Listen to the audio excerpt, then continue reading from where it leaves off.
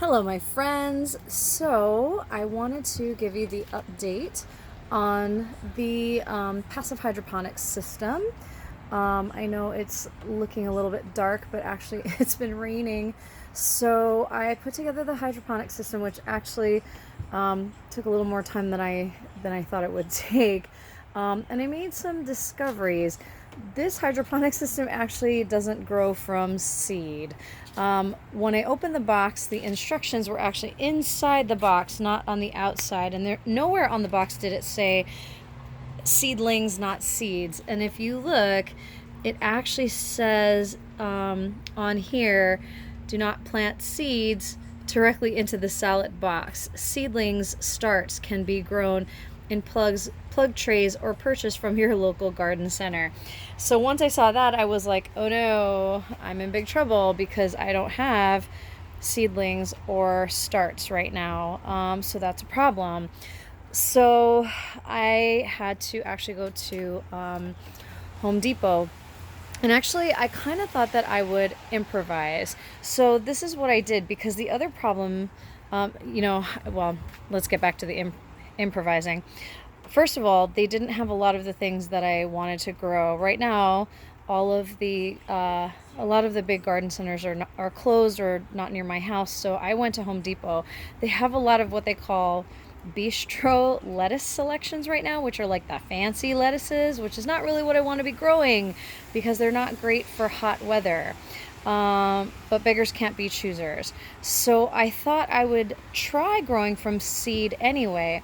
So really what I wanted to get was this kind of product because you can start seeds in here very easily in a hydroponic system, but Home Depot didn't have this. So creativity is born out of necessity. So I got sponges and I traced the outside of the circle and then I kind of squashed them in so that they're submerged in the solution.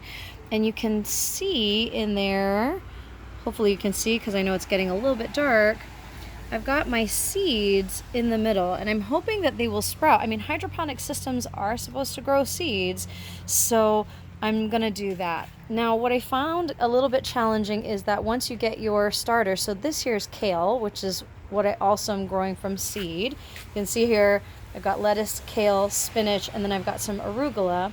I wanted to do a comparison of kale seeds and kale starters.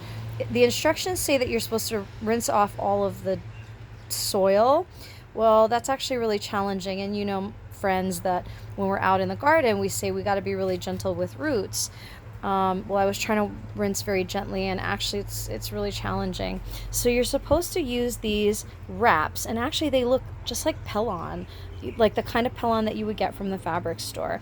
So you wrap it up, which is actually a little bit tricky with one hand. I'm gonna do this with one hand or not. I kind of folded it and then I rolled it kind of like a burrito. And then once you kind of roll it up, you stick it in your plug. Call it a plug in the instructions. And then the solution is in there and the roots are supposed to grow. Now this whole entire system holds about 2.5 gallons of water. That's a lot of water.